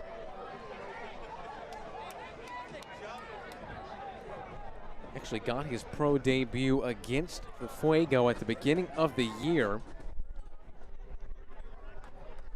Spent some time with Wilmington, a Division II team in Delaware, before being at Catawba College in North Carolina. Great ball through the lines. Zahir drives it wide. Well, what an introduction that would have been. In the end, he takes the run very well. Zahir Vasquez.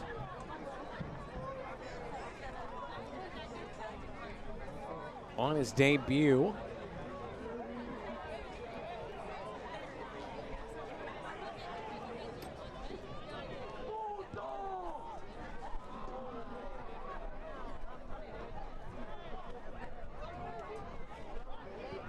Dabo. Casillas.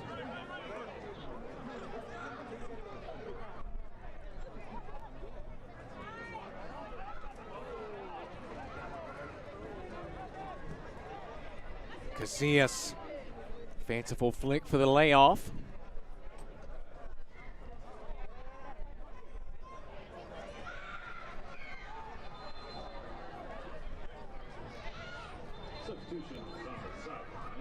Of course, this will be a great result for some of the other teams around Central Valley.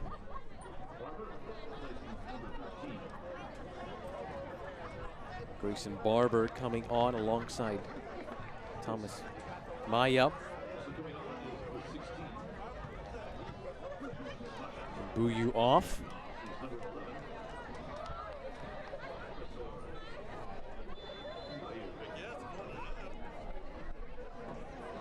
Well as Hegart.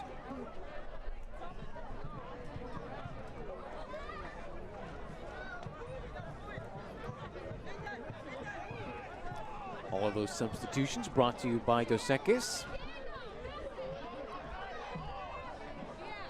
Casillas. Just hung it up to the back post.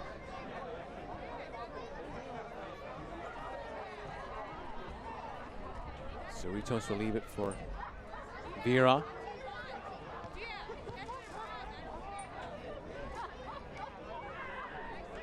"15 minutes remain here in Fresno. Can the Fuego offer something up to alter the tale of the story? Overlapping run. Vera right on the end line. Ramos fires this one over on his left.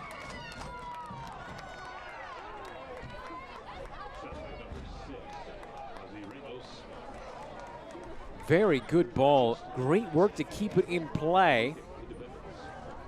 And in the end, always rising up and over. Unfortunate from Ramos.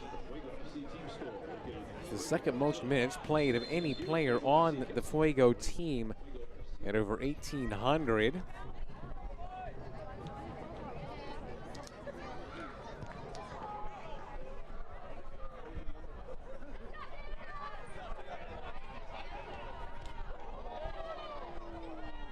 Casillas, he's been a lightning rod since coming on.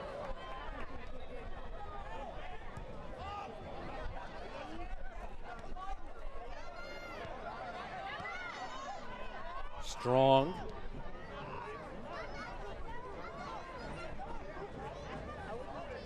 Casillas, a lot of whip on this one. Zendejas saw it all the way.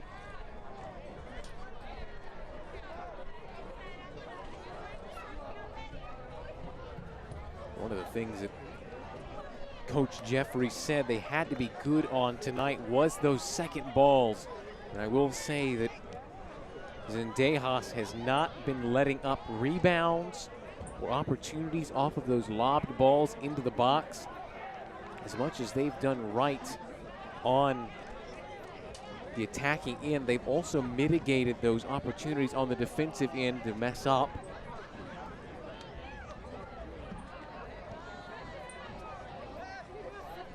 See scrolling across some of those times for the midweek games. A lot of late ones here, so get used to being up around this time. Fuego will be back here at home against Madison on Wednesday, as it's game after game for them.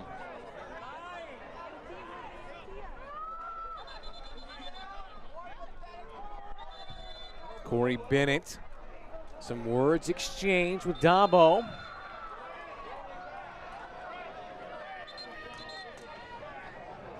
So we'll see how Samantha Martinez handles this.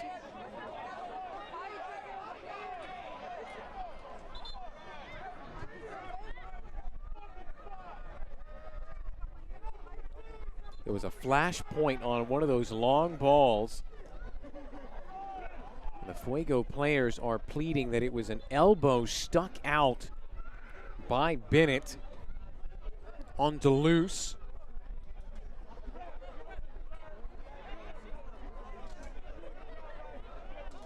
We'll see if we can catch it here. It does look like there probably is an arm that makes contact, but from that angle, it doesn't look like it was a intentional play. He will get a yellow card, whether it was for that or for the ensuing tussle. We'll never know.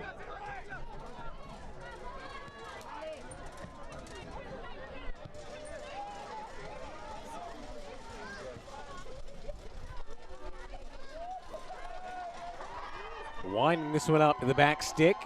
There's Zendejas again. He's played in a lot of places. He was at Minnesota United and Nashville, but never made an appearance for either of them.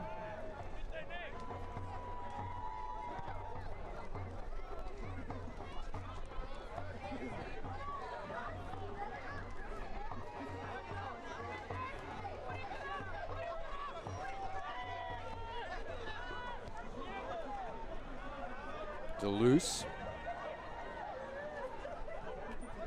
It's international with Haiti. 6 appearances for him, the Haitian national team. Ramos, just not on the same wavelength there.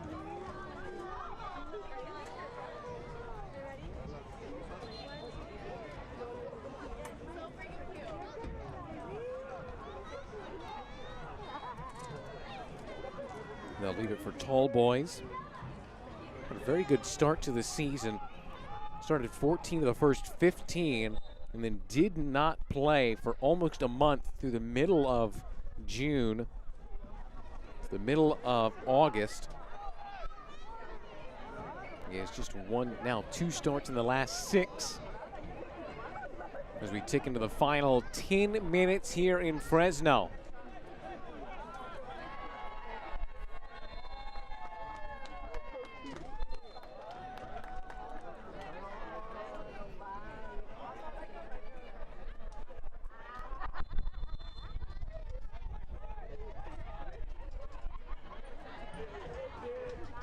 Lobbed in by Ramos. Zendejas. Another flash point here. Foul was given.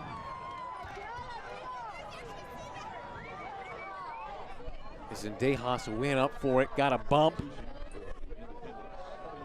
Just bobbled it on the line. Do you think he kept it on the right side? Yeah, it was the push by Deleuze. Proved to be the flash point, as we'll get a substitution now. It'll be the goal scorer. Bennett coming off, just managing him to make sure he doesn't get any further cautions from the referee, already on a yellow. He'll be replaced by Ilya Shevstov.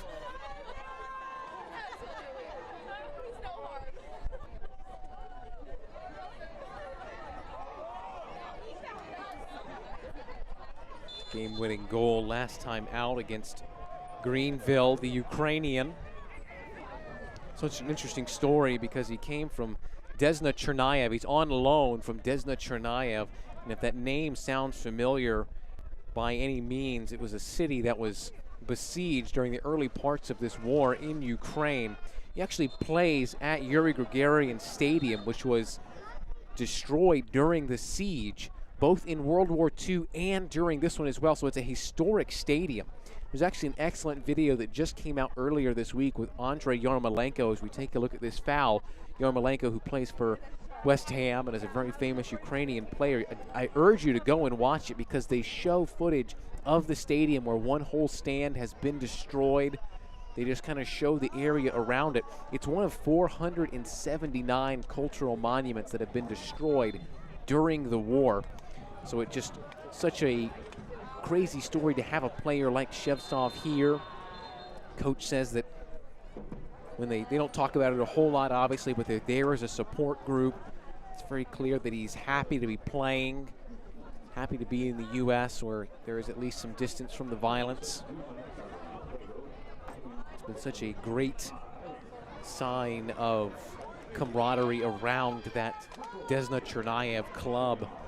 Both Dortmund and Barcelona have offered money to repair the stadium when they are able.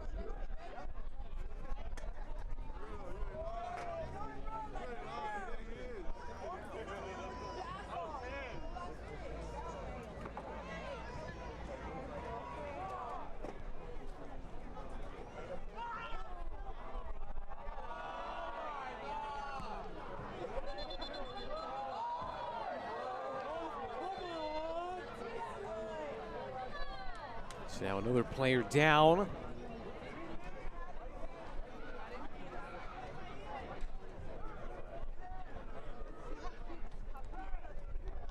Conte down.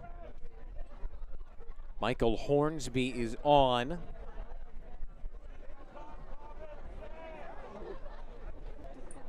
It's Ibrahim Conte who's down. Joined on August 4th. Made 4 starts since joining the team.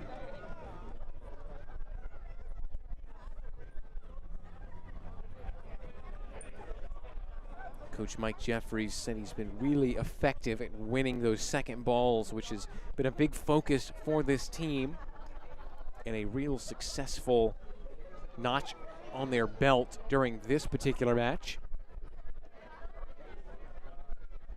And a lot to digest for Martin Vasquez. Good thing is that there's still plenty of opportunities for them to pick up points. This does mean now they went into the night with a 3-point gap to the playoffs. Now it'll be a 6-point gap. So they really need some help from other teams. And one team they can look to would be North Carolina FC, because Charlotte play NCFC twice at the end of the season. So dropping points in those games would really help out a lot in their goals towards making the playoffs in their debut season.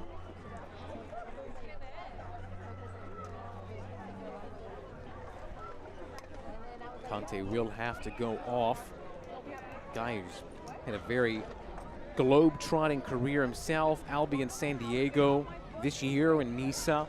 Detroit City as well the year before that. In the 4 years prior, he actually was with 5 different Indonesian clubs in the top division.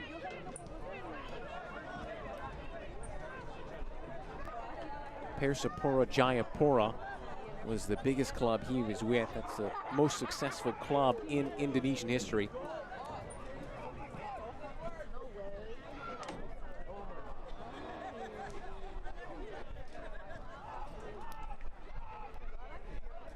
Just hundreds and hundreds of islands in Indonesia, so the travel for those, when you start to look down at the different leagues, some are in Java, Bali, Borneo, all different kinds of places to play. It's a fascinating league if you ever get a spare moment to look at it. What a shot from way out. It's going to go wide, not really bothering Zendejas, but very good form by Casillas, who has been the most lively of the players for Central Valley since coming on.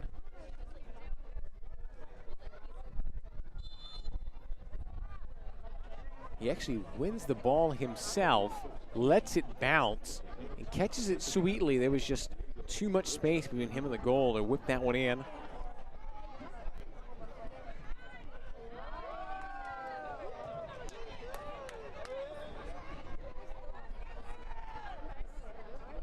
I'll be interested to see just how much stoppage time there will be.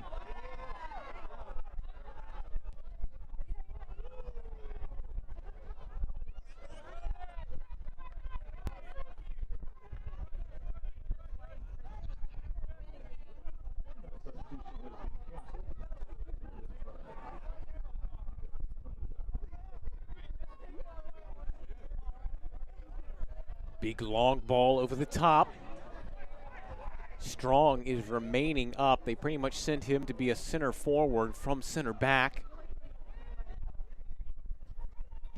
Got nothing to lose at 3-0 down.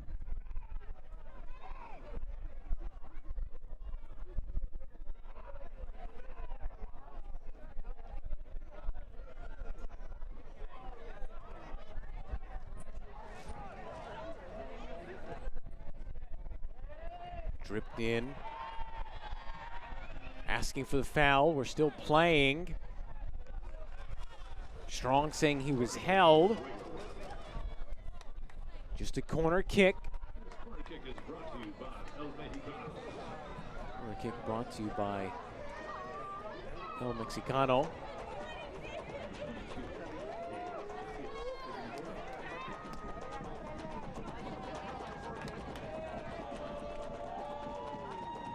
Ball to the front stick. Away by Santos through traffic. Second strike.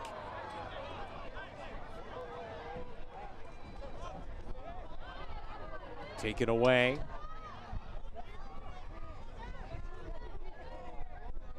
Shemsov.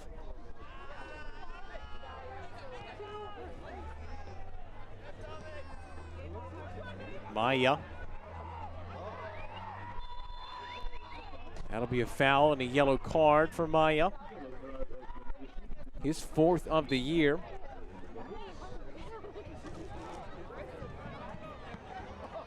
Spent last year with Deportivo Pasto, excuse me. Actually made 2 appearances in the Copa Sudamericana.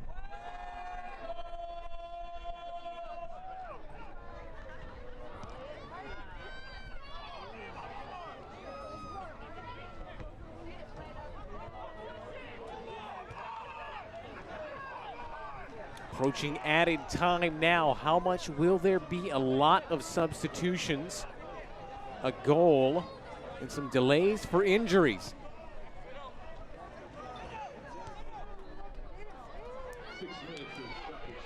Way out wide, Zendejas again. He's really going to be able to hang his gloves on this performance tonight. He's done very well. I think probably one of those first half saves could get nominated for Save of the Week, and rightly so. He's done very well tonight. It's not as though he's just kept a clean sheet in the game. I mean, he's had to make a lot of stops, and he's faced a lot of shots as well. Coming into that last one, it was 17, so 18 shots now. 10 on target.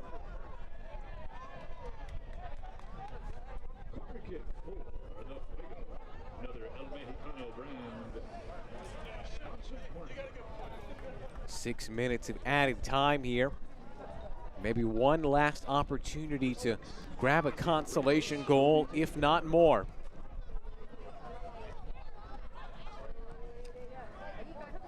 Middle of the box. Zendejas just plucks it out of the air.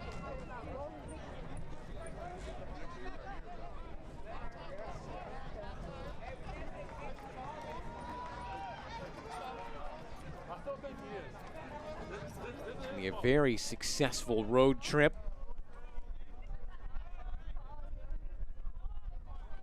For the Charlotte Independents. They will remain in 6th, but the gap above them now just 1 point. Santos. Great defending individually from the Hawaiian. It's actually the first Hawaiian to ever play men's soccer in the Pac-12 during his time with San Diego State.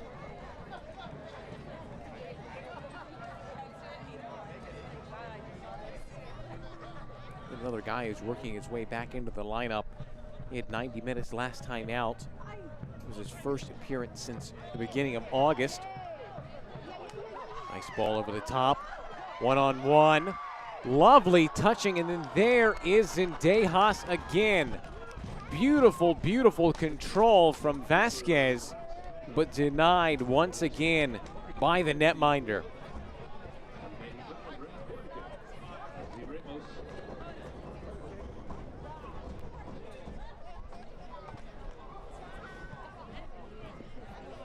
Back stick, away by Shevtsov. Casillas.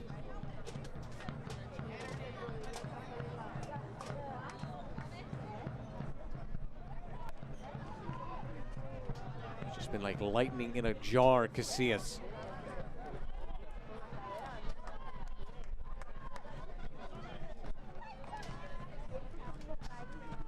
Very experienced goalkeeper, Zendejas. Says a few words with the crowd behind the goal. 3 seasons with the Swope Park Rangers. Even managed to make his run into that U.S. Open Cup final, or rather USL Cup final, excuse me. Split time between Swope Park and Sporting Kansas City, where he was the backup to Tim Melia. It's not a bad role model to learn from. He's turned this one over here. Vasquez trying the spectacular from distance.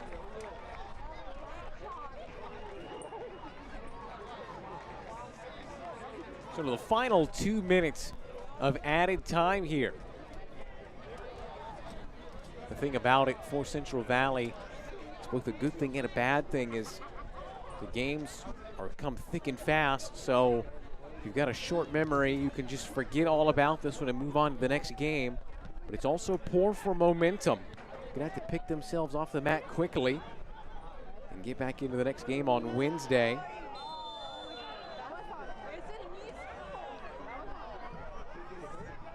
Deleuze went up high to get that ball. It was a long fall down.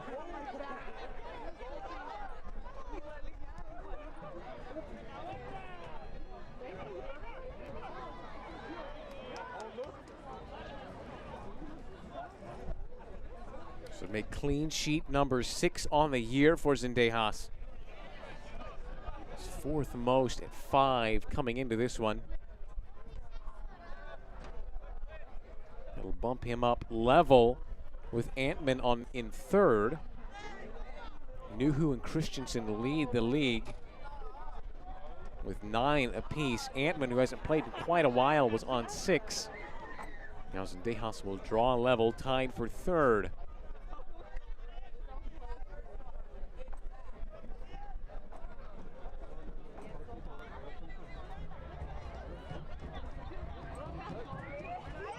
Casillas, Vasquez, and the referee's going to give a foul right on the edge of the 18.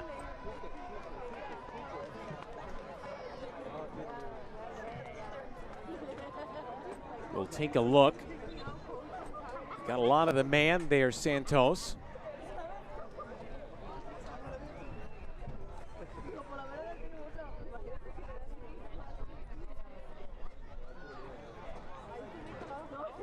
So probably the last meaningful action. Perhaps a consolation goal on the cards for Central Valley.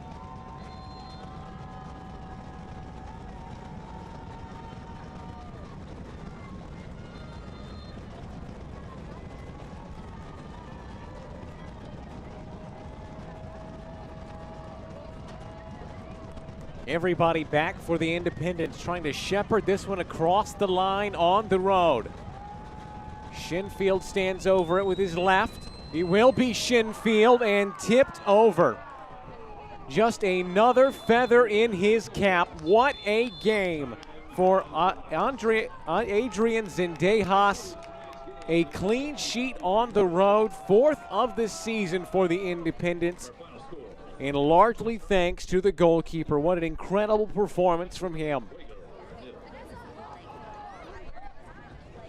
Well, things did not go to plan for the Fuego. Dropping 3 points here at home. The Independents get clean sheet number 4, close the gap to the teams above them.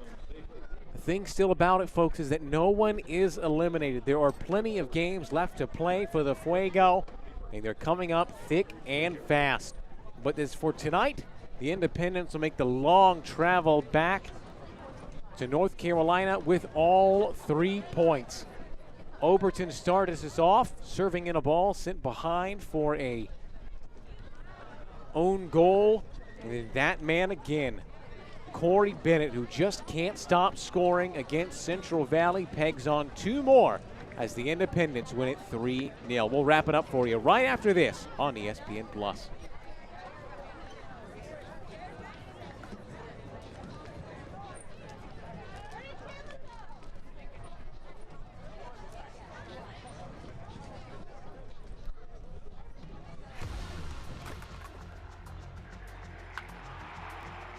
We all have goals. But let's be honest. Most of us aren't going to be professional athletes. But if your goal is to finish your degree, we can help. Come to a university that puts your goals first. Bellevue University, your partner in finishing goals.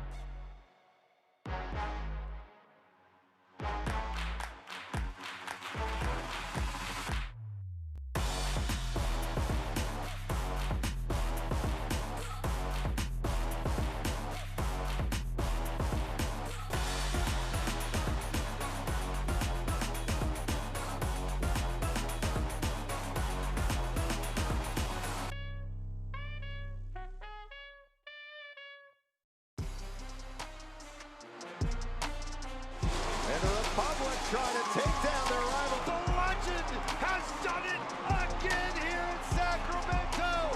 He's turned the whole game around. It's a goal for Orange County SC and their first of the season. And that's full time. The old guard with a new trophy. Orange County wins the USL Championship final. And we're back here in Fresno, where the Independents have gone on the road, picked up all 3 points against the Fuego. Still plenty of games left to play, but that path to the playoffs getting narrower and narrower.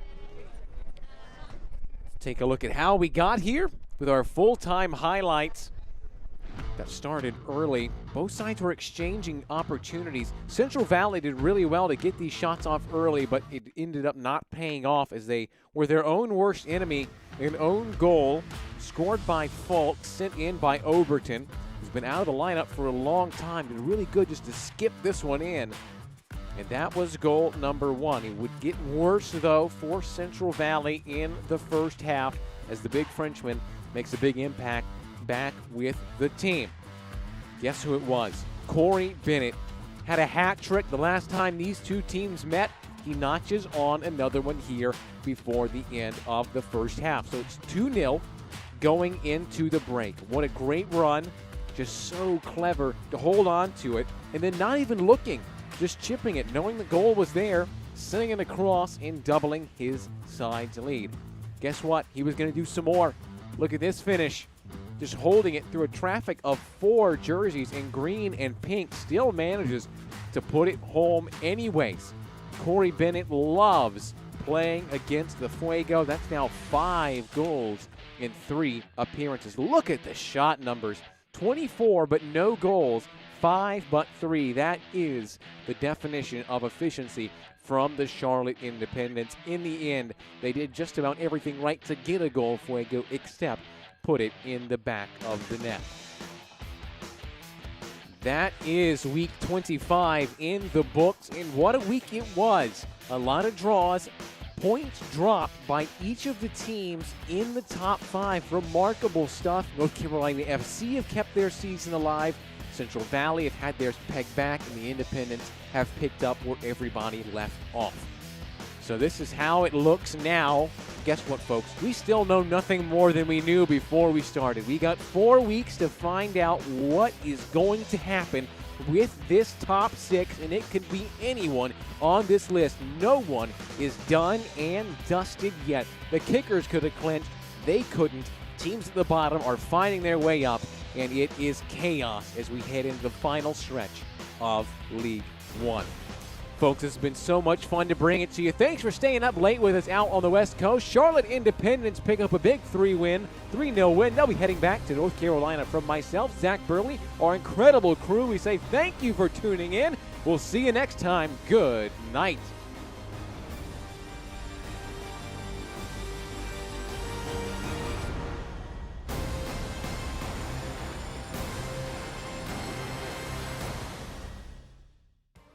This copyrighted telecast of the United Soccer League League One cannot be retransmitted, rebroadcast, or reproduced without the expressed written consent of the United Soccer League League One.